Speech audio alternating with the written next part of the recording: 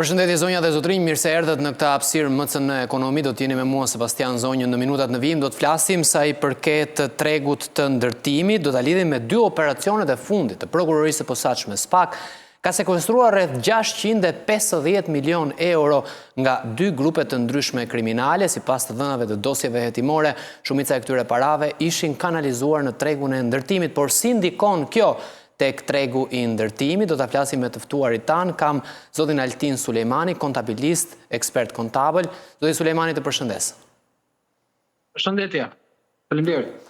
Kam kolegun Ferdinand Dervishi. Ferdinand, është kënaqësi që ju kam studio, gjithashtu dhe juristin Romeo Kara. Kënaqësi që ju kam këtu. Mirësi jemi. Për ta nisur së bashku, zoti Sulejmani, çdo të thotë 600 dyshimet për 650 milion euro të kanalizuara nga vetëm dy grupe kriminale në tregun e ndërtimit. Si e sheh një kontabilist që i njeh mirë shifrat këtë lloj rasti?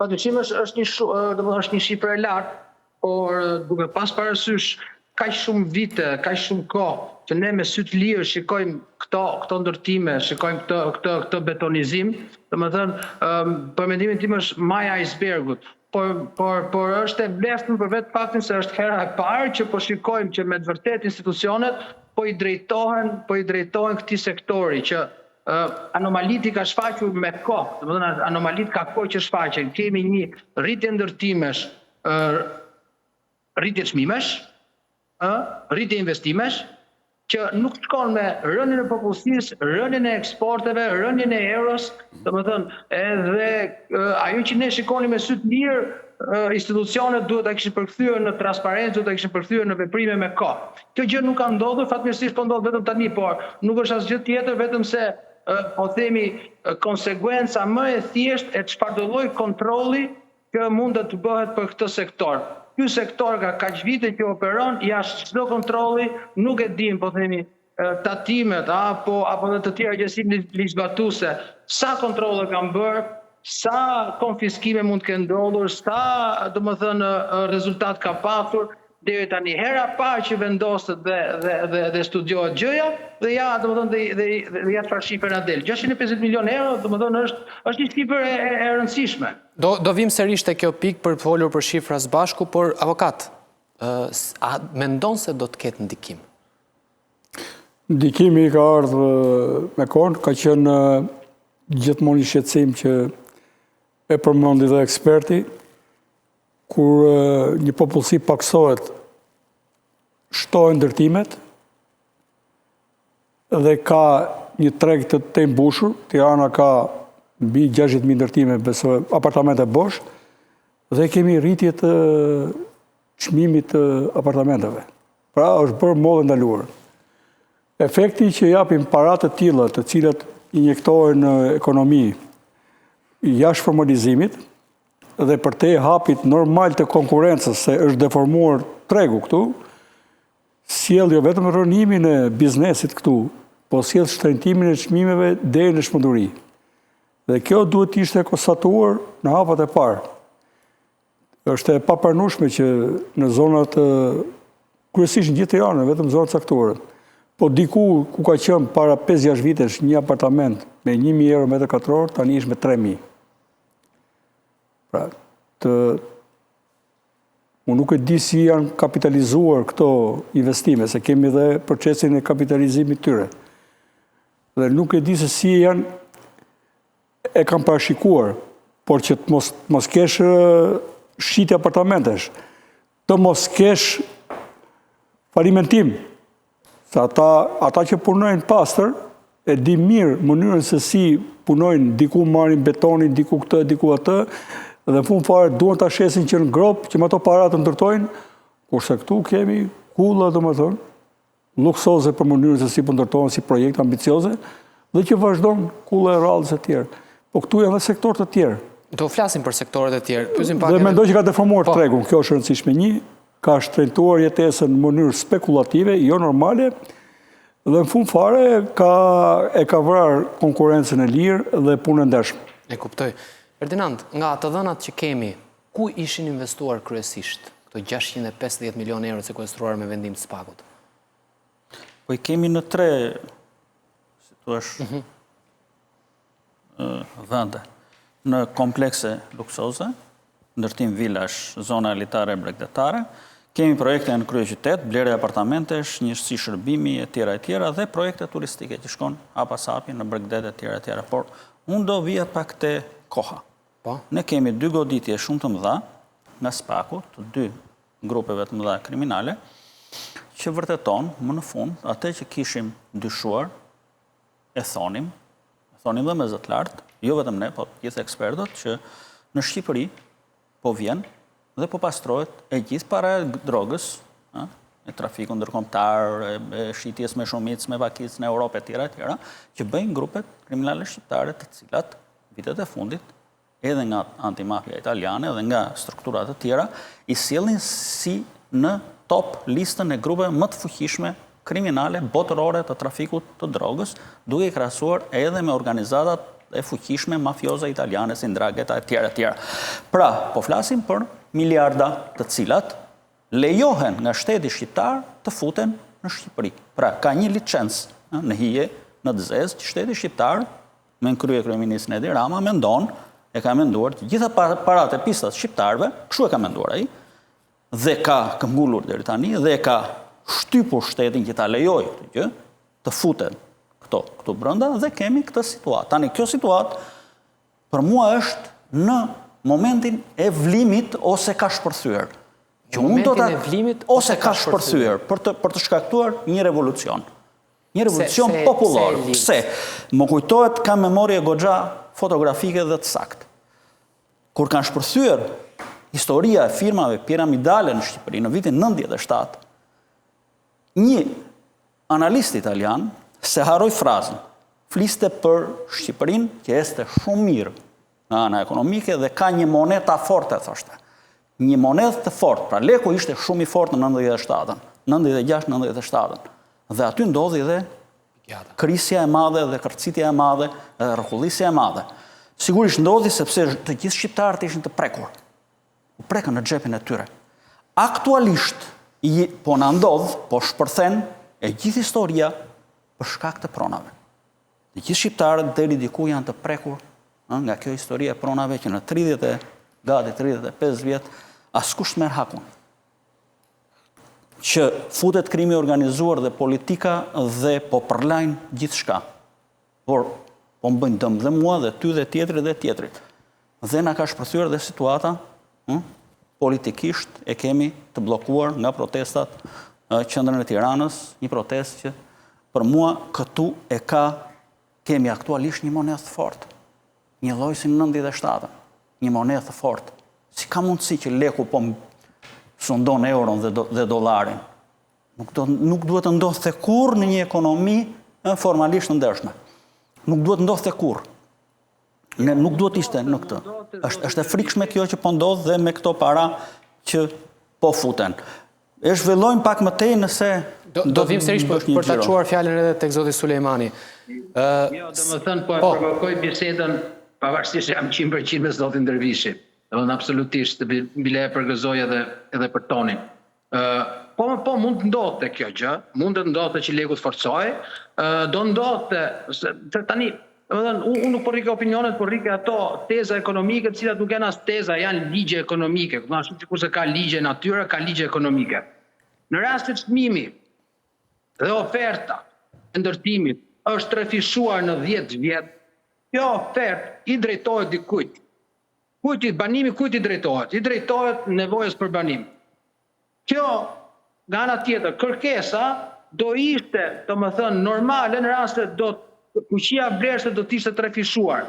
Dhe me fuqi blerëse kemi fjalën atë fuqi blerëse e cila është deklaruar, është transparente, cilat pagat, pensionet ose kursimet. Po sa blen argumenti, ka një sër ekonomistësh që thonë po blejnë emigrantët, po blejnë të huajt, ka një sër ekonomistësh që sjellin shifra dhe thonë ndodh pikërisht për këtë arsye. Tani me 300.000, 400.000 euro nuk ka emigrant që vjen edhe blen tani se po flasim sikur nuk e dim çfarë bëhet nga ana tjetër e Adriatikut. 300.000, 400.000 euro një apartament, nuk është se nuk e përballon dot vetëm mësuesi, ekonomisti, infermieri shqiptar, nuk e përballojnë dot as ata që punojnë ndershmërisht jashtë. Tani, kjo është evident, ose është evidente nga shenja që tregon tregu. Nuk kemi më me një treg ndërtimi, po kemi të bëjmë me një treg kapitali. edhe një treg kapitali, për gjykimin tim, që funksionon si depozit, që funksionon si bazë, që funksionon si valvul sigurie për ato burimet të pa deklaruara, që funksionon si mbrojtje, sepse nuk ka mundësi që domethënë emigrimi rritet, numri i popullsisë bie, pensionet janë ato që janë, pagat me sa mund të kenë ndryshu, kredit bankare në sistem, domethënë janë të matshme dhe nuk e justifikojnë, e vetmja gjë që na ngelet janë ca burime të cilat nuk janë më transparente.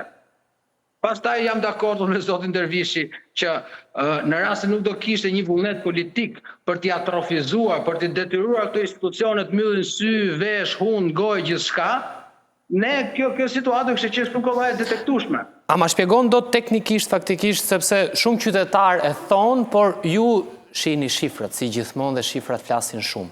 Çdo të thotë që një kompani me kapital shumë të vogël merr për të ndërtuar kulla dhe rezidenca që kushtojnë qindra miliona dollar apo euro. Si e kupton një ekonomist dhe një kontabilist? Kjo ishte një nga anomalitë e tjera, pra, domethënë ishin biznese të cilat për 3, 4, 5 vite ishin mbijetuar me taro dhe domethënë me bilance minimale. Po. Dhe nga sot nesër bëhen investitor, bëhen investues në projekte miliona dollarësh. Po ti e shpjegojmë, nuk ka shpjegim pikërisht. Prandaj domethënë po themi që domethënë një kontroll rutin e shpesh gjën në pak kohë. Domethënë nuk ka këtu tani ne mundohemi të kërkojmë sufizma në një gjë që shihet me sy të lirë. Bile jo vetëm kjo, se deri diku ndërtimi ka qenë ai që funksiononte me parapagimet. Domethënë vinte emigrantë me vërtet dhe bënte këto parapagimet. Deri dje ishin këto parapagime që jepnin oksigjen ndërtimit. Tashmë mendoj unë që ata që dikur kërkonin t'i pastronin lekët duke bler apartamente, sot kanë kaluar në një fazë tjetër, po i ndërtojnë këto apartamente, nuk po shkojnë më të blejnë, po edhe po i ndërtojnë. Nuk e di, ju shikoni kullat e Tiranës, po ka plot vende të tjera në Shqipëri të cilat domethënë mund t'i shikoj syri. E qartë, zoti Sulejmani, po si ndikon konkretisht? Ju folet për një treg kapitalesh që disa e përdorin si treg kapitalesh, mund ta përdorin dhe qytetarët dhe investitorët e tjerë. 650 milion euro të sekuestruar në 2 ditët e fundit.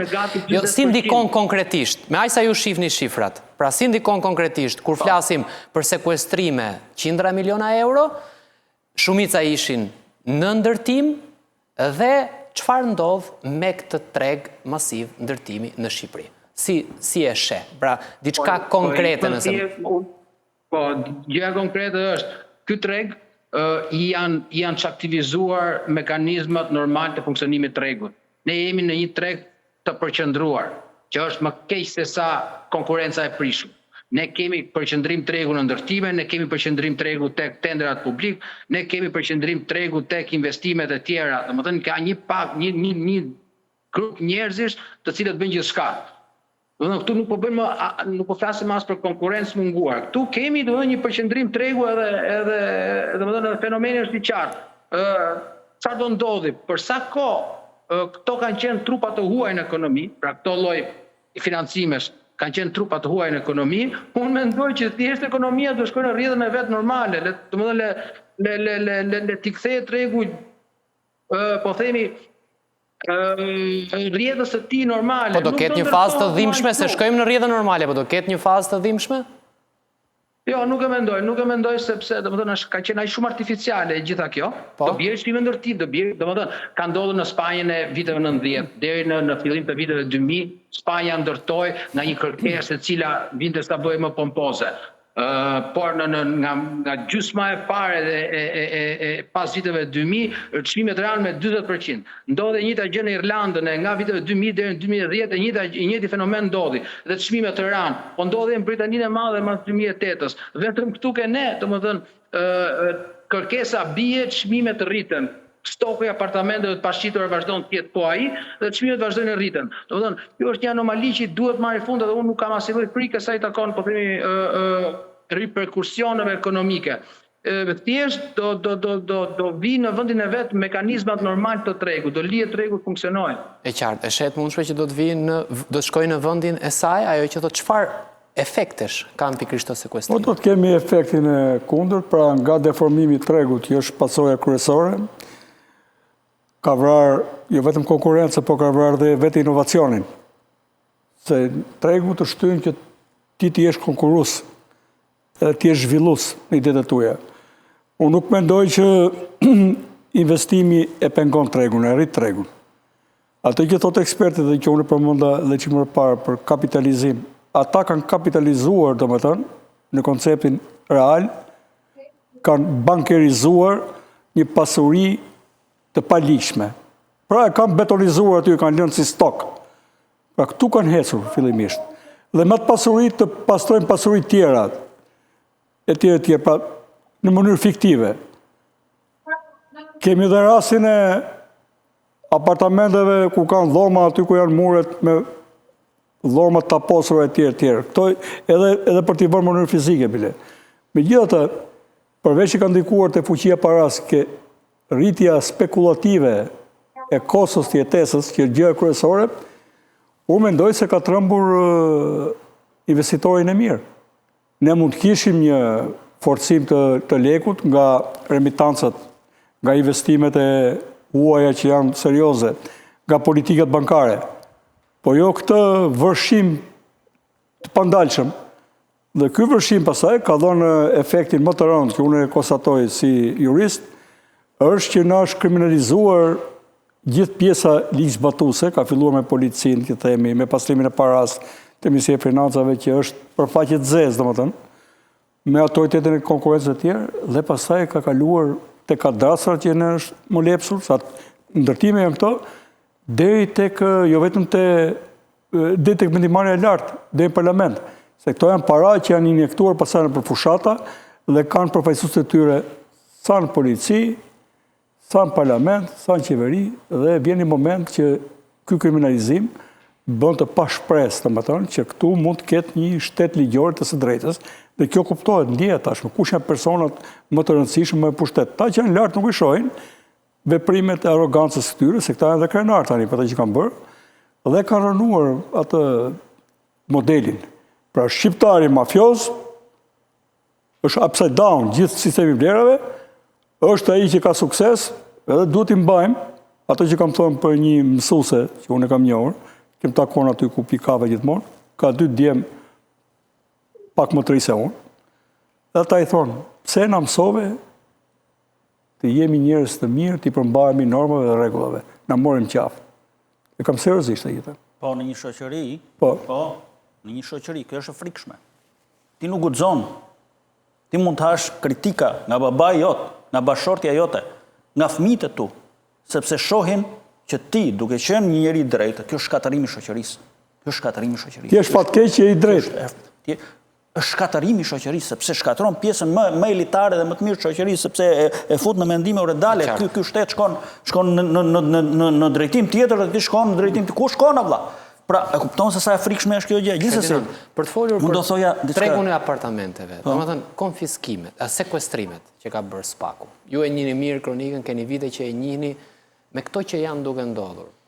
Si e shet, çfarë ndodh me deri tani ka një historik për të harruar të pjesës së konfiskimeve, qoftë nga krimet e rënda apo nga Spaku. Ka një histori për të harruar. Pasuritë pothuaj kanë shkuar sërish tek njëjtat persona. Po ti shohësh me kujdes se si kanë rritur gjërat. Ka një institucion që unë s'më kujtohet emri se si quhet, që merret me administrimin dhe po të shohësh, të gjithë ato drejtuesit e këtij institucioni që merret me administrimin e pasurive të sekuestruara, janë të përfolur sepse kanë bërë procedura deri diet paktën që këto pasuri të shkonin për 5 lekë, po tek njëjtët persona që i kishin, sepse sigurisht ata ishin të prekur dhe të interesuar, por janë pasuri krimi. Mos harrojmë. Dhe këtu besoj se duhet të ketë pra një zgjidhje, duhet gjetur një zgjidhje. Këto pasuri të shkojnë buxhetit shtetit, të shkojnë popullit. Kaq, kjo është shumë e thjeshtë. Ndërsa përsa nëse do vazhdojmë gjithmonë të themi, pse erdhëm deri këtu? Pse erdhëm deri këtu? Është thjesht koncept një elite që erdhi në pushtet me mendjen të fiksuar si kleptoman. E kemi të ajo që i shpëtoi një deputeti i Partisë Socialiste pa ardhur ende në pushtet, kur tha që ne do vjedhim pak se sa demokratët. Pra, kjo është koncepti që ti vjen në politikë si Parti Socialiste, si një grup që komandon, pra, vjen me mendjen për të vjedhur, jo sa shumë vite Berisha dhe njerëz të si, po nuk do vjedhim sa ju, kështu tha, nuk do vjedhim, jo vjedhni shumë. Nga informacionet që kesh, e aksionet tjera të Spakut? Si e mendon? Unë besoj se u thye Korea e Madhe. U thye? U thye maja e piramidës. Dërsa është thyer maja e piramidës të usheu me shokë që ishin të paprekshëm dhe shumë të fuqishëm, unë besoj se do vazhdoj. Por kemi dhe një problem. Të mos harojmë që vërtet ka 20 prokurora i Spakut, po vetëm ja 5 i kanë bërë punë Shqipërisë dhe shoqërisë shqiptare. 15 të tjerë janë kota atje. Janë ose të paaft, ose të lidhur kokë e këmbë dhe të kuq flak me Partinë Socialiste. Po deklaratën e shefit Spakut si e lexove? Shefi Spakut të shefi Spakut, do flasi me parime, është dhe i kujdesshëm për të folur kështu me parime, të shohim. Unë njoh Altin Dumanin deri tani si burr zot. Të tjerë të shohim si do shkoj. E kuptoj. Zoti Sulejmani, kleringu dhe blerja në grop janë dy fenomene që jemi ndalur shpeshherë së bashku për të folur sa i përket tregut të ndërtimeve. Ju folët pak më herët për bilancet, për librat, për pasqyrat financiare të kompanive të ndryshme. Si ju justifikojnë kur shohim që futen kaq shumë para, qindra miliona euro në për kompanit e ndërtimit të ndryshme për atë që po quhet lavatriçe e madhe parash? Si mendon?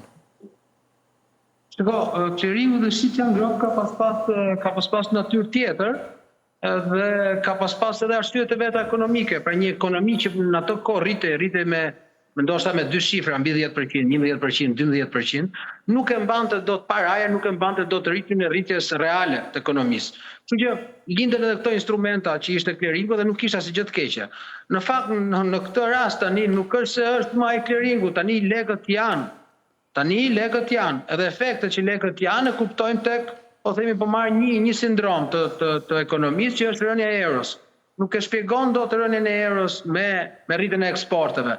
Nuk e shpjegon dot as me hyrjen e turistëve, të cilët 2-3 vite kanë, po themi që kanë filluar i shtojnë ato shifrat.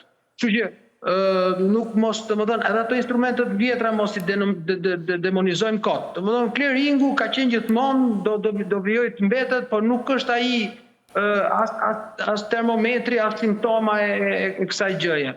Simptoma e kësaj gjëje janë që ndërtimet rriten me ritme që nuk kemi asnjë problem as ndaj betonit, domethënë nuk është se kam problem ndaj betonit, po kam problem kur banesa bëhet e papërballueshme për shtresën e mesme shqiptare. Kam problem kur banesa nuk justifikohet dot, pra betoni nuk justifikohet dot nga transparenca e monedhës, nga transparenca e burimeve ekonomike. Kam problem. Po sërish, edhe në këtë rast, po ju sjell disa argumente që përdorin ekonomistë të ndryshëm. Pse të gjithë në Tiranë afër qendrës do jetojnë, apo të gjithë në Durrës afër qendrës do jetojnë, nuk kam se ta kenë të gjithë një apartament afër detit.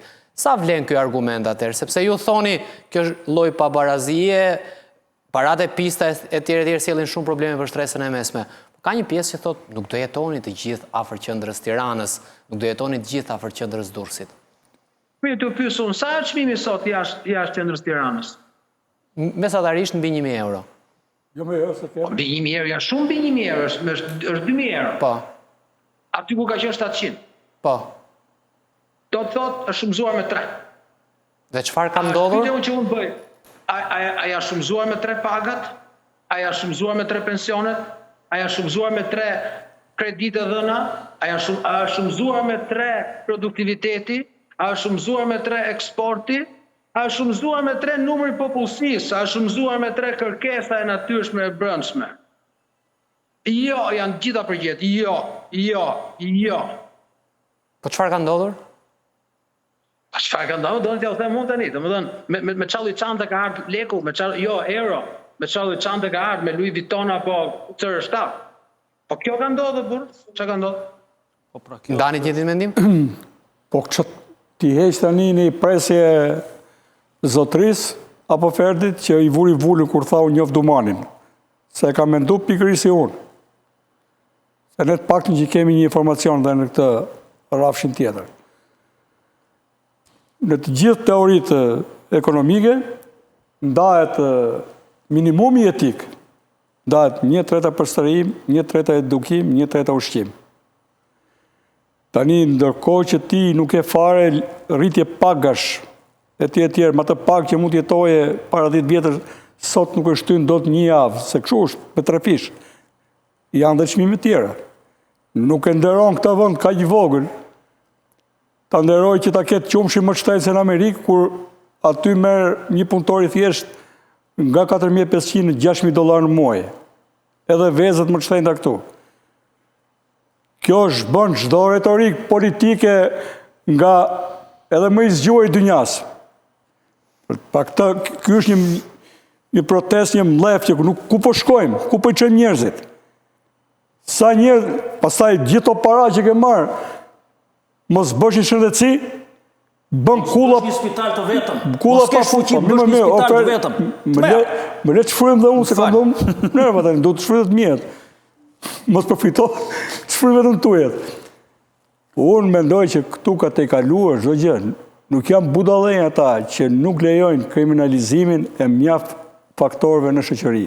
Nuk janë budallënj ata që ndërtimin e shtetit e lidhin me formalizimin.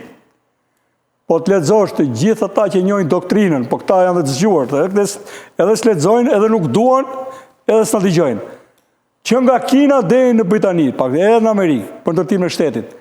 Formalizimi, ndërtimi një administrata i ushtrisë dhe formalizimi, dhe kanë përdorur dhe ushtrinë për ta formalizuar ekonominë. Tani çfarë them unë? Tu tani ka marrë fund, nuk ka bërë nënët i thotë shqiptarëve se kur shqiptari do të jetoj t'i dali paga për të ngrënë, jo për to tjerat, vetëm paga për të ngrënë. Është një emergjencë, që këto nuk duan t'a dinë, po akoma do jetoj me remitanca ne. Qartë. Ashtu. Dhe gjithë të që ka prodhuar kjo dhunë ekonomike, se foli për çmimet ngrohtë, ta jetë të tjera, veti ndërtojnë, veti blejnë, qarkullojnë parat të 2-3 firma, dhe kam një informacion për të dhënë atë idenë, para 2-13 vjetëve, ka qenë një problematik të plusim duket, ke telefonia plus. Shumë këta aksionerë që ke nga këta oligarkët e sotëm edhe që kanë banka e tjerë, nuk kishin gjendje para për rritje kapitali, para cash. Tani s'kanë vend ku të bën parat. Ç'a ndodhi këtu?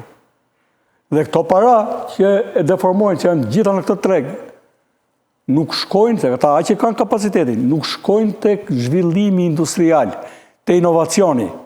Dhe kuptohet, kjo është pjesa klasike, që përdorin të gjitha ata që rrezikojnë, nuk e bëjnë, s'kan riskun dhe analizën time të riskut, shkojnë vetëm ke ndërtimi.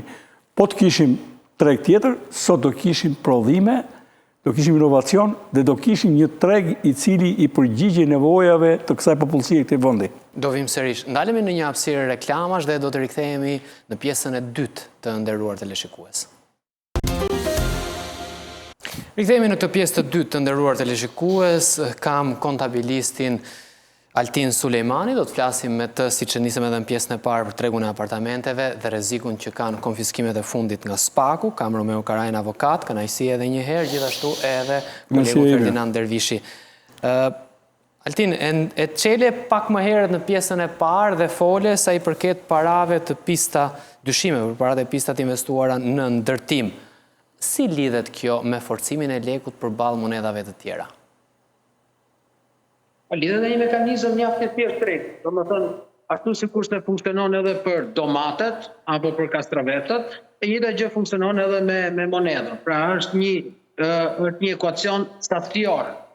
Në rast se shtohet monedhë në një ambient ekonomik, shtohet, po themi, artificialisht ndryshe nga domethënë jo si konsekuencë e ekonomisë reale, pra nuk rritet në të njëjtën madhësi dhe në të njëjtin ritëm me të cilin rritet ekonomia reale, produktiviteti, konsumi, kursimi e tjerë. Sistemi ekonomik është i tillë që prodhon temperaturë. Temperatura ka rast, ka shfaqje të ndryshme. Nganjëherë është inflacion, nganjëherë është deflacion. Nganjëherë çon në dobësim monedhe, nganjëherë në forcim monedhe. Ky forcim monedhe nuk është asgjë tjetër vetëm se hyrja në mënyrë artificiale në ekonominë shqiptare të sasive të monedhës të huaj, euro konkretisht, në një sasi e cila e ka mbytur, domethënë e ka mbytur atë ekonominë reale, e ka mbytur ciklin normal ekonomik, kështu që me siguri domethënë do rritet fuqia e lekut. Edhe kjo ka filluar që në 2016, edhe nuk e di, kemi hasur, besoj se keni hasur dhe ju, ka pasur artikuj specializuar në për editoriale, ku e lidhin shumë mirë dhe domethënë vije re një lidhje në mënyrë të drejt për drejt midis leve të ndërtimit dhe rënies së eurove. Domethënë ishte në fakt një ekuacionisht drejt, sepse me rritjen e leve binte euro, po është domethënë gati simetrik, grafiku është gati simetrik. Dhe vijimi i operacioneve të SPAK-ut në këtë kuadër, a jeni i mendimit që e kthen në hullinë e normalitetit të gjithë tregun? Po jo, më kjo, domethënë një shtrembërim do të duhet të rivendoset në vendin e vet në po aq kohë sa i është dashur për ta shtrembëruar, në mos më shumë. Edhe kjo është nga rregullat e tregut. Mos kujtojmë ne, ky mund të jetë një fillim i mirë për të dekurajuar disa aktorë të tjerë për të vazhduar në këtë drejtim, por dëmet tashmë janë bërë, dëmet janë bërë gjithkund. Po, mund të kem frikë vetëm për atë lloj kategorisë në kontraktorësh të ndershëm, dhe kush tron pllaka, kush bën hidraulike, kush bën elektrike, kush bën kartonxhes, të cilët mund të jenë futur në për këto investime, domethënë me krahat e tyre, me kapitalin, me ato pak kapitale të tyre, dhe një bllokim i investitorit mund të sjellë një bllokim edhe të tyre. Kjo po, domethënë qëndron. Në rast se shteti, që unë nuk gjykoj se ka, domethënë se ka kohën, nuk ka vullnetin me u marrë me këtë gjë, domethënë se shteti jo, një nga karakteristikat e shtetit tonë është që nuk është asnjëherë harmonik në veprimet e agjensive të tij.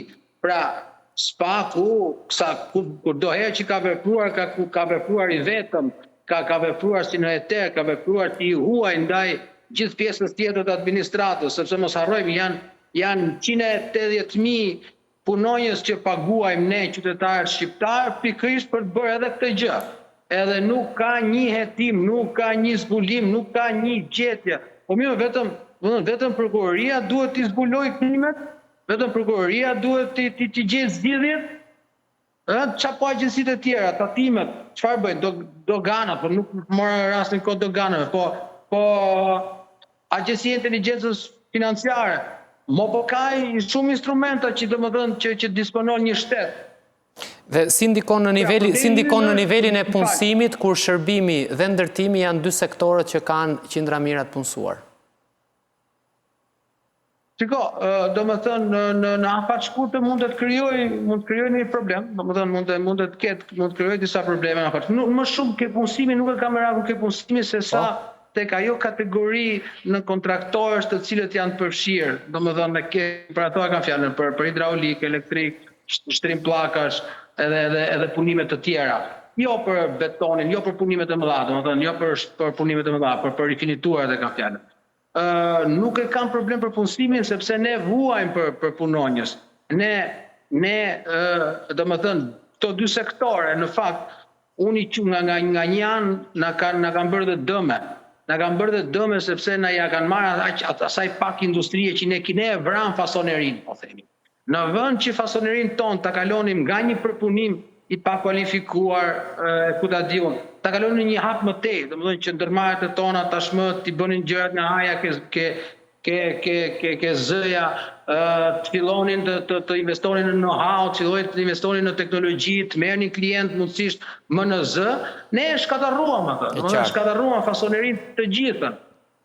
Okej që e gjetën vetën në ndërtime në shërbime, por nuk mundet një ekonomi e një shteti të bazohet tek shërbime e turizmit që vinë me avion, që një luftë, një bombë, një diçka, një rritje çmimit karburanteve, edhe çfarë do bëjmë? Do dalim do mbyllim domatet gjithë? E kuptoj. Ferdinand, si e sheh atë që tha eksperti kontabël, është fillimi i dekurajimit të disa aktorëve në treg nga ana e SPAK-ut? Shiko, me gjithë të katrahur që është bërë në Shqipëri, duhet një transfuzion gjaku, që nuk mund ta bëjnë dot 5 prokuror të SPAK-ut, për mendimin tim. kur gjithë botën e kanë kundër, gjithë botën shqiptare, përveç popullit, një pjesë popullit që i kupton, përveç një pjesë të gazetarëve, jo të medjave, mediat janë shumë pak që i kuptojnë dhe i mbështesin, nuk mund ta bëjnë dot 5 prokurorë të SPAK-ut. E gjithë pisliku, e gjithë qendra ajo që shkatëron gjithçka, edhe pse SPAK-u godet fort, ne vazhdojmë korrupsionin fort si shtet. Është sepse dikush aty në maj, një person i vetëm, e mundëson këtë lloj realiteti. Pra sa do të përpiqet SPAK-u me 5 prokurorë të ndershëm që ka aty, nuk e mbaron dot të pjesë. Ai ka filluar ta thyej, ja ka vënë kazmën, është vërtet. Tani për mua dhe protesta popullore shkon në këtë drejtim.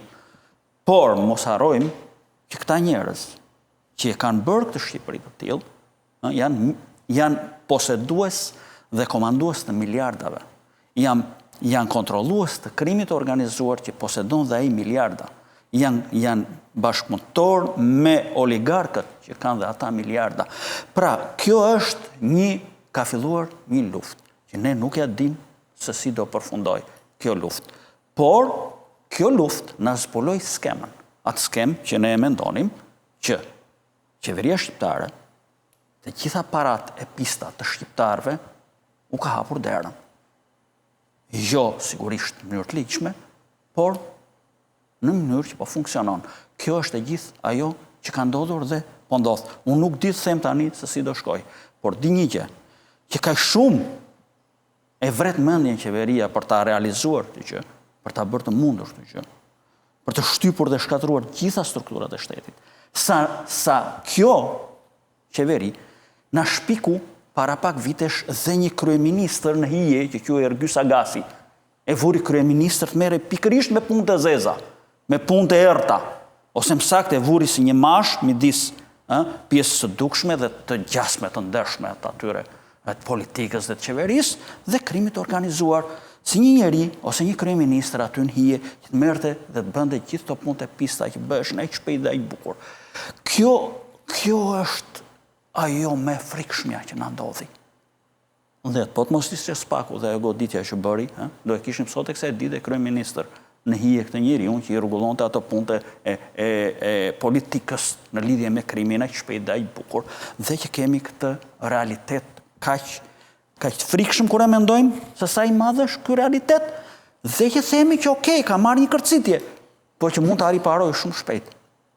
Nëse nuk do mbështetet nga një pjesë shumë e madhe e popullit, sepse 5 prokurorët e SPAK-ut që kanë dëshirë ta bëjnë këtë, pa opozit, me një opozit që merr ato kockat her pas here për të mbyllur gojën dhe që është futur dhe e mban fort në ndonjë rast këtë pushtet që është. Në ndonjë rast e ka mbajtur ajo fort për mos të marrë atë rrokullimën dhe do vazhdoj ta mbaj. E sheh fillimin e dekurajimit të futjes së parave të pista në treg këto operacionet SPAK-ut? Tani që ka një analizë kosto dhe për ta do ketë. Në mënyrë se si është zbatuar ligji deri tani, ata akoma nuk e kanë kuptuar që ka rrugë dhe mjete ligjore, por me një tjetër vullnet të zërimit total pasurive tyre, që të thonë stop futjes parave pa ligjshme në Shqipëri dhe dëbimit shqiptarëve. Për në pjesën e re juridike moderne, nuk është më genocid vetëm vrasja e njerëzve nëpërmjet dhunës direkte, pra trupore, friksimit që do të vriten, të djegjes e tjerë, të luftës, konflikt armatosur, po dhe reformat të cilat si pasojë e bëjnë të pajetueshme një vend. Më tepër që preken shtresa caktuara. Ne, sikur para 3 vitesh, të funksiononte Ministria kundër korrupsionit, që për mua duhet ishte i gjithë shteti me një task force, po pse mendo ka mundë se mendojnë këta. Bim aty ku thot Ferdi që kanë marrë një imza këta për të turru kaq trima.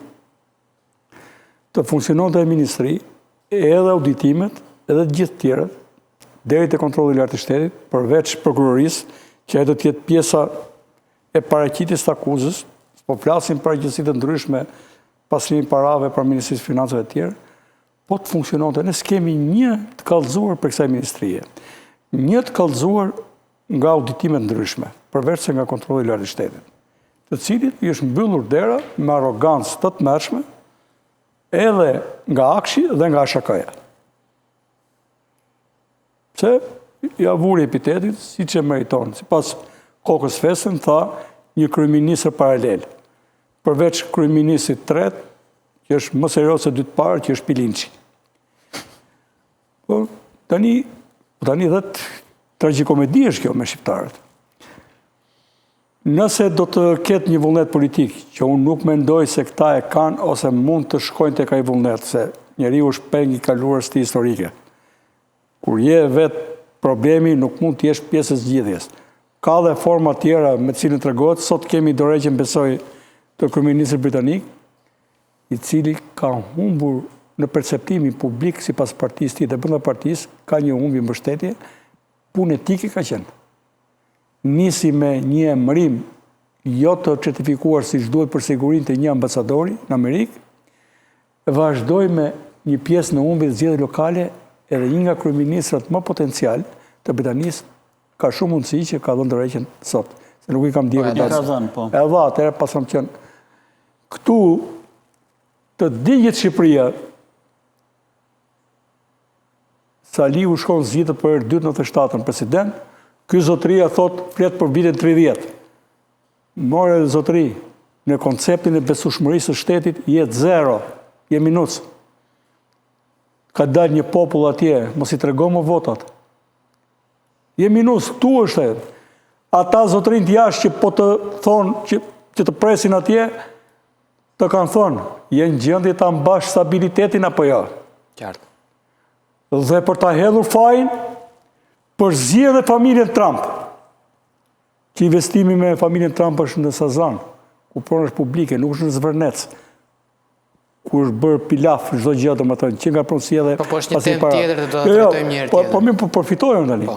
Pra, pse për t'ia hedhur fajin tjerëve është lufta në Amerikë që na erdhi këtu, thotë. Kur thonë dhe jo, nuk është ky problemi. Janë parat, se prandaj duhet bëj krahasim.